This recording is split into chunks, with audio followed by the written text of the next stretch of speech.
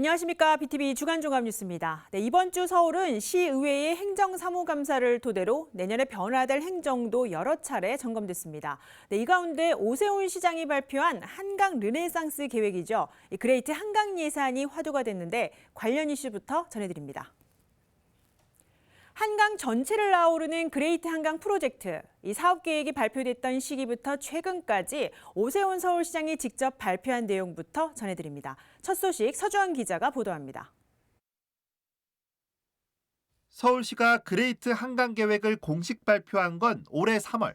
직접 마이크를 잡은 오세훈 서울시장은 6개월 동안 깊게 고민했다면서 사업 추진에 대한 자신감을 내비쳤습니다. 최대한 신경을 써서 정말 투자한 그 사업 주체들도 후회하지 않는 그런 매우 전망 밝은 사업으로 하나하나 구성을 해 나가겠습니다. 당시 오 시장은 그레이트 한강이 다수 민간 투자로 진행되는 사업임을 강조했습니다.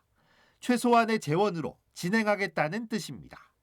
심지어 일부 사업들에는 서울시의 예산이 투입되지 않는다고도 표현했습니다. 오늘 설명드린 몇 개의 사업 중에서도 예를 들면 잠실의 변화라든가 서울링이라든가 몇몇 개 사업들만 예를 들어도 다 민간 투자 사업입니다. 서울시 예산이 들지 않습니다. 아마 경쟁이 너무 치열해서 선정하는데 즐거운 비명을 지르지 않을까 이런 희망 섞인 기대도 하고 있는데요. 오 시장의 자신감은 최근에도 달라지지 않았습니다. 지난달 있었던 국정감사에서도 사업 추진 의지를 분명히 했습니다. 갖가지 하드웨어와 소프트웨어를 집어넣어서 한강을 중심으로 해서 시민들의 여가 공간 역할을 충실히 함과 동시에 관광 목적지로서 기능할 수 있도록 충분히 투자를 계획하고 있습니다. 처음 계획 당시부터 대표 사업들 위주로 민간 투자가 줄을 이룰 거라는 발표가 강조됐던 그레이트 한강 프로젝트.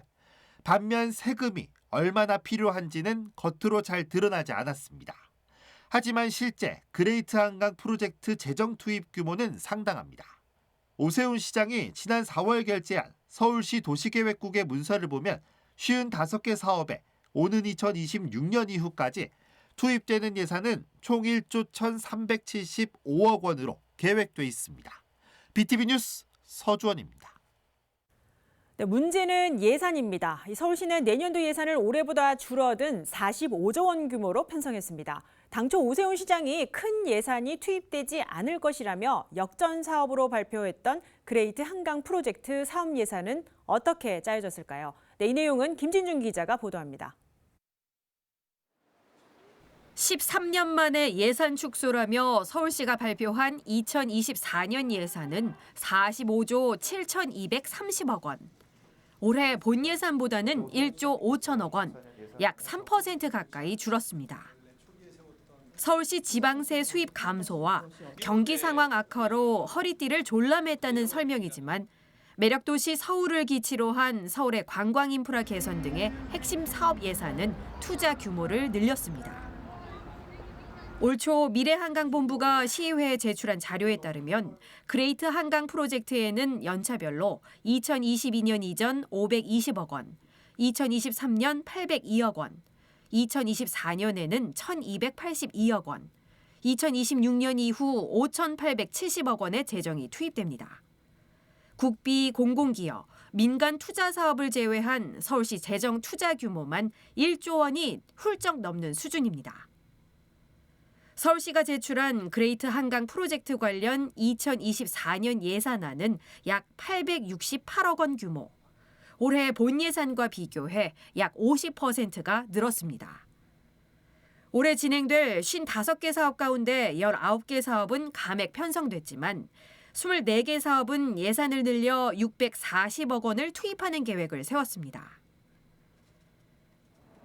한강 경인 아라뱃길, 서해를 연결해 뱃길을 복원하는 서울항 조성 추진에는 약 250억 원을 증액 편성했고 내년 9월 운항을 목표로 한 리버버스 선착장을 비롯한 기반시설 확충 내용을 담은 수상교통 활성화에는 약 210억 원을 증액 편성했습니다. 10억 원 이상의 예산 증액 사업만도 8개. 당초 재정 부담을 줄이겠다며 민자로 추진하려던 사업인 월드컵 공원 명소화 사업 역시 40억 원의 예산을 먼저 투입하는 계획이 세워졌습니다. 어려운 재정 여건 속에도 투자 규모 몸집은 커진 그레이트 한강 프로젝트.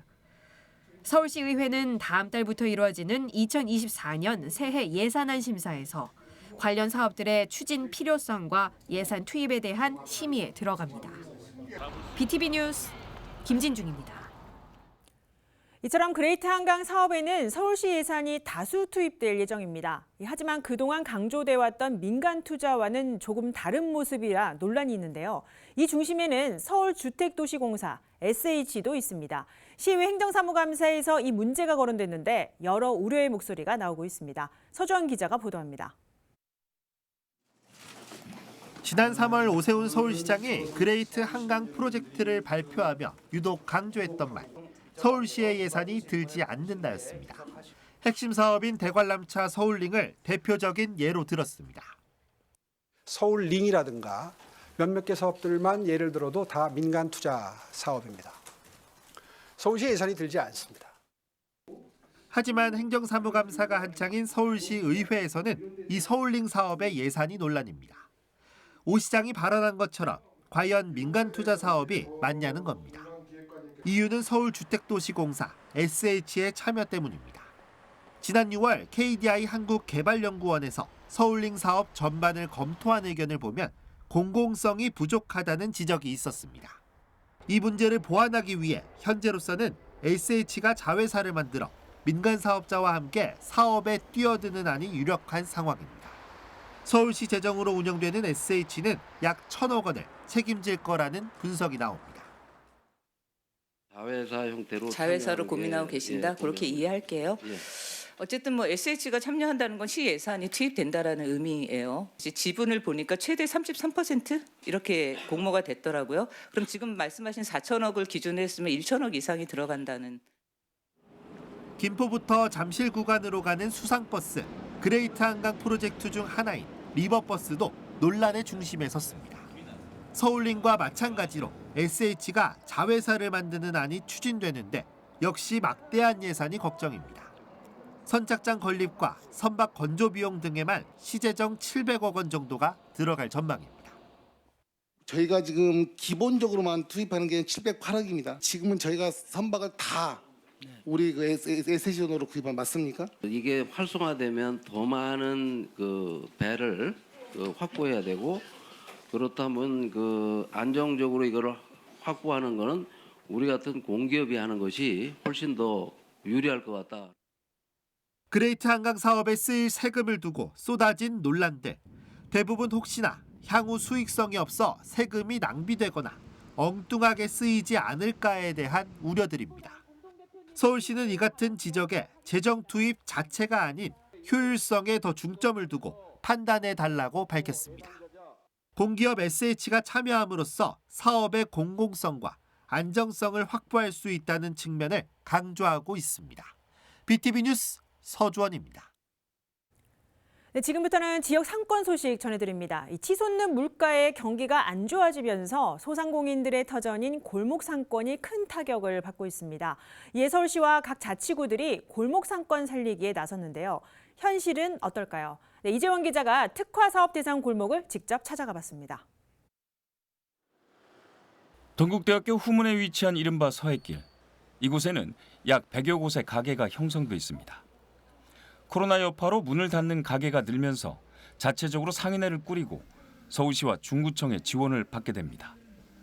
골목의 특성상 학생과 직장인의 수요가 많다 보니 배달이 특화된 도시락 사업을 추진하게 된 겁니다. 골목 일대를 도시락 로드로 명칭을 바꾸고 예산 지원을 받아 상인들을 대상으로 메뉴 개발은 물론 마케팅, 위생, 고객 관리 등 컨설팅을 지원했습니다. 또 도시락 로드를 홍보하기 위한 엽서, 리플렛 등이 제작됐습니다.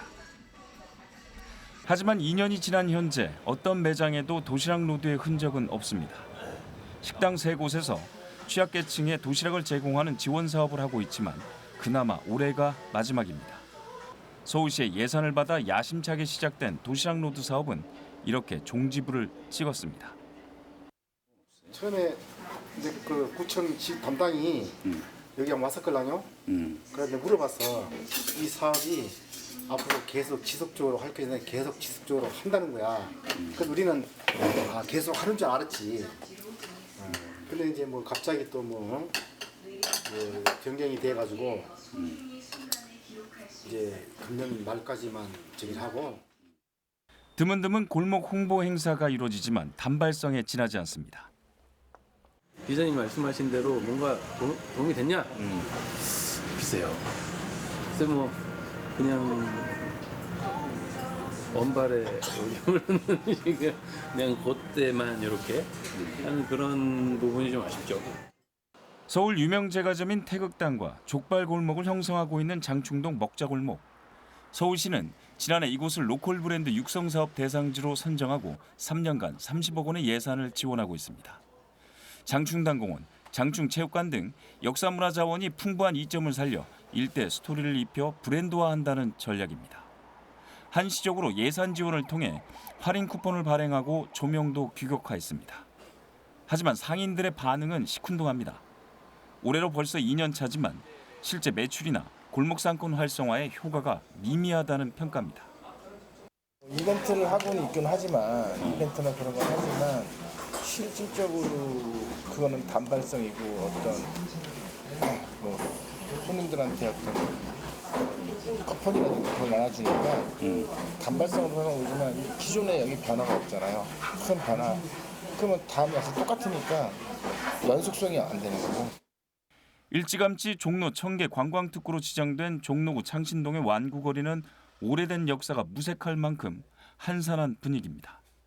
최근 중국인 관광객이 몰려들면서 숨통이 튀었다고는 하지만 몇몇 가게만 혜택을 볼 뿐 전체적으로는 활기를 잃었습니다. 온라인 쇼핑몰이나 대형마트에서 완구를 취급하면서 골목을 찾는 사람들이 줄었기 때문입니다. 최근에는 골목 입구와 중간 지점에 완구거리 홍보를 위한 조형물을 세웠지만 실상 매출에는 큰 도움이 안 됩니다. 시장에 사람이 오질 않아. 시장에 사람 자체가 오질 않아. 지금. 하루 종일 거의 그냥 진짜 놀다시피 하다가요. 지금 거의 요즘은요. 거의 그래. 지금 또 뭐 거의 다 그래. 집마다 한 서너 집 빼고는 다 그래. 서울시와 자치구들은 골목 상권을 활성화하고 더 나아가 해외 관광객 유치를 위해 이른바 K골목 키우기에 나서고 있습니다. 하지만 간판이나 조형물 등 외형적인 골목 홍보에만 집중돼 있어 매출 등 실질적인 상권 활성화에 대한 목소리가 높아지고 있습니다. BTV 뉴스 이재원입니다.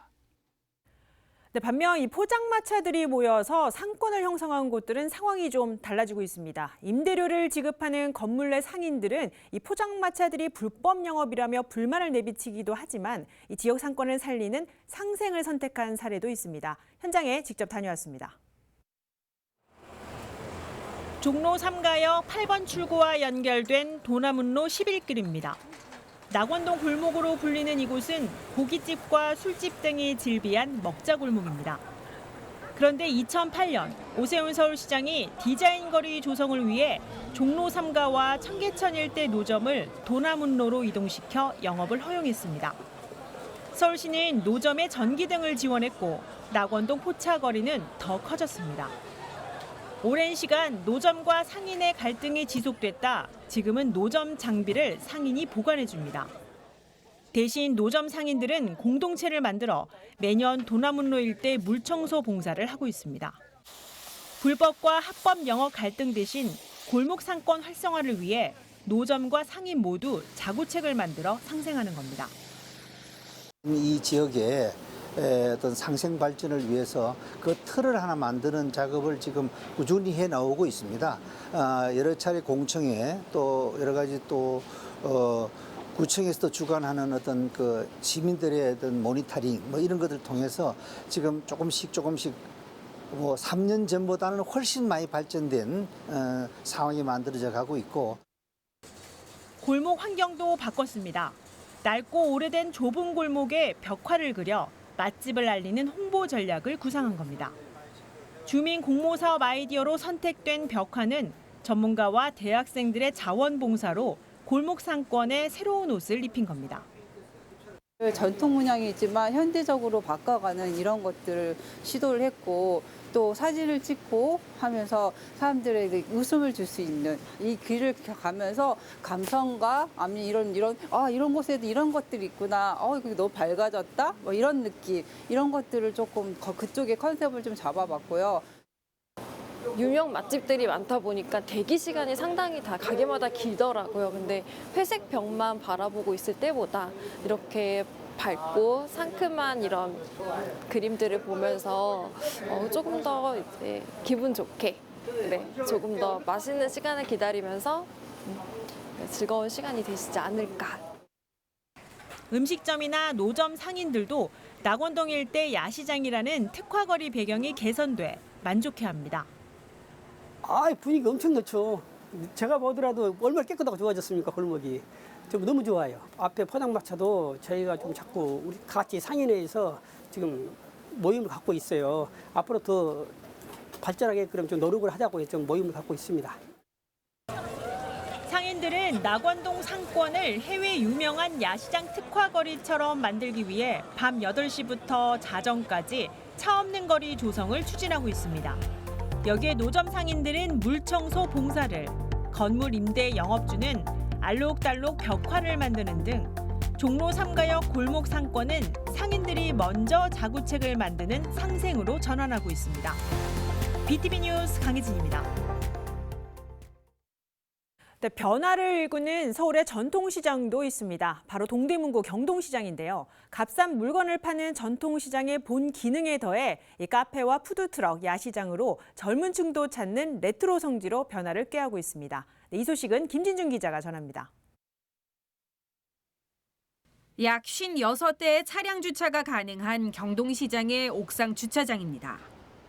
젊은 층 유입을 위한 푸드트럭 야시장을 준비해왔지만 서울시 조례와 주차장법에 정해놓은 규제에 가로막혀 사업 추진이 어려웠습니다.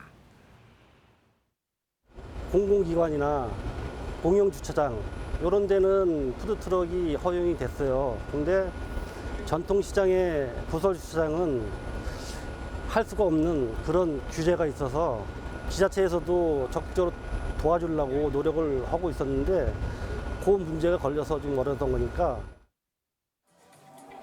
경동시장 옥상에 푸드트럭 야시장이 문을 열었습니다.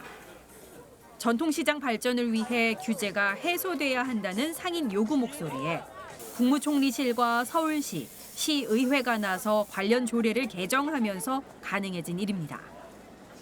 옥상에 마련된 야시장은 루프탑과 푸드트럭을 조합해 맥주도 마시고 음식과 문화 공연도 즐길 수 있는 공간으로 조성했습니다.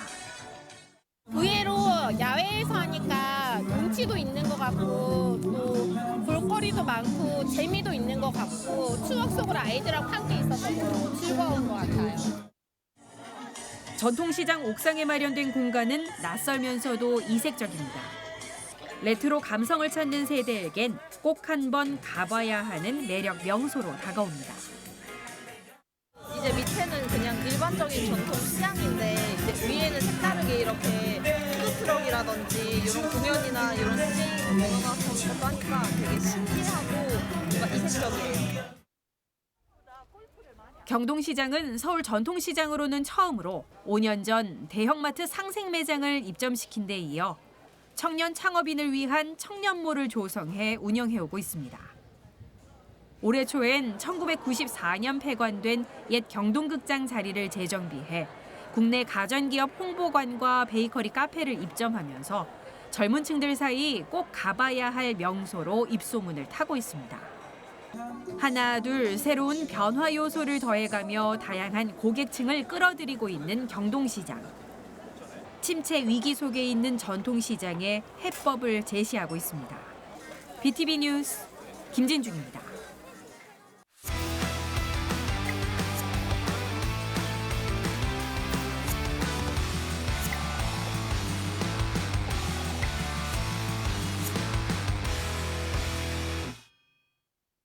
네, 지역의 다양한 정보와 소소한 이야기를 주민이 직접 전하는 주민통신원 시간입니다.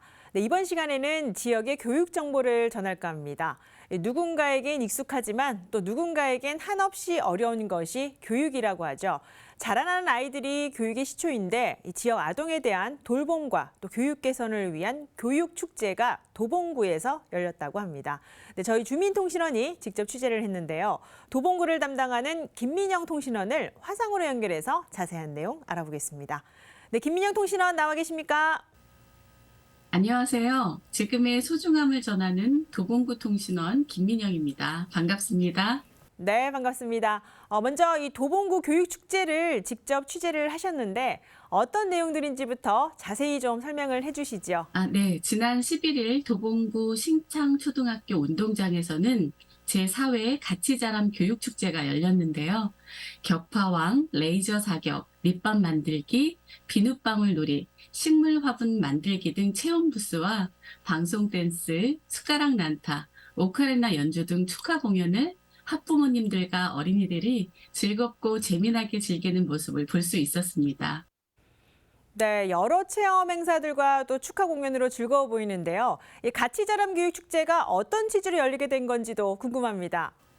지난 2022년 8월 도봉구 창동에서는 지역 주민들과 학교, 어린이집, 공공기관의 관계자들이 모여서 마을 공동체로서의 시작을 알리는 교육과 돌봄 인식 전환 위원회 발대식이 있었습니다. 지역의 아동들에 대한 돌봄을 개선하기 위해서 공동체가 함께 뜻을 모아서 활동하자며 가치자람 사회적 협동조합에서 맡아서 진행을 했었는데요. 교육과 돌봄은 혼자가 아닌 마을 전체가 함께하여야 더욱 풍성하고 의미 있으며 같이 성장할 수 있다는 취지로 축제가 열리게 되었습니다. 네, 이미 지난 2002년 8월 이 도봉구 창동 지역 주민과 또 공공기관 등이 추진을 했는데 이 당시 코로나 상황이어서 활동이 쉽지 않았을 듯합니다. 실제 어땠습니까? 그렇죠. 어른아이 할 거 없이 정서적으로 육체적으로 많이 힘든 시기였죠. 학생들은 학교도 제대로 가지 못하는 상황이었잖아요. 그런 상황에 어린이들을 위로하고 격려하는 차원에서 2022년 10월 10일 한글날 대체 공휴일에 도봉구 창동의 물방울 놀이터에서 가치자람 교육축제를 열어서 선물 같은 이벤트로 어린이들의 스트레스 해소에 도움을 주었다고 합니다. 네, 이 교육 현장에서 직접 활동하고 계신데 네, 끝으로 이 지역의 교육축제 현장을 취재한 소감은 어땠는지도 궁금합니다. 어린이들의 해맑은 모습을 보면서 늘 이렇게 즐겁고 행복한 교육의 장이 펼쳐지면 좋겠다는 생각을 했는데요. 다양하게 체험할 수 있는 활동을 해보면서 자신이 무엇을 좋아하는지 또 어떤 걸 잘하는지 알아보고 재미있는 놀이를 통해서 즐거움도 알게 되는 그렇게 되기를 바라는 마음도 컸습니다. 축제는 내년에도 계속된다고 하니까요. 기대가 됩니다. 해마다 아동 인구가 감소하고 있어서 걱정의 마음도 많이 생기는 교육축제 현장이었습니다. 이상입니다. 네, 여기까지 듣겠습니다. 네, 도봉구 가치자람 교육축제에 대해 김민영 통신원과 자세한 이야기 나눠봤습니다. 네, 취재하느라 고생 많으셨습니다. 고맙습니다.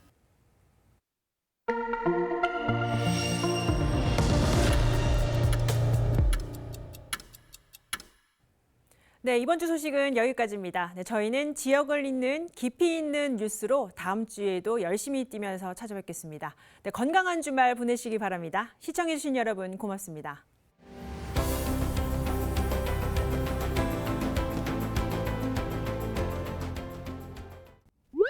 BTV 뉴스를 더 많이 보고 싶으시다면 여기 구독 버튼을 눌러주세요. 추천 영상도 누르면 바로 재생됩니다. 또 다양한 서울 소식을 보고 싶으시다면 휴대폰에서 가지 앱을 다운로드해보세요. 저희 BTV 뉴스를 시청해주셔서 감사합니다.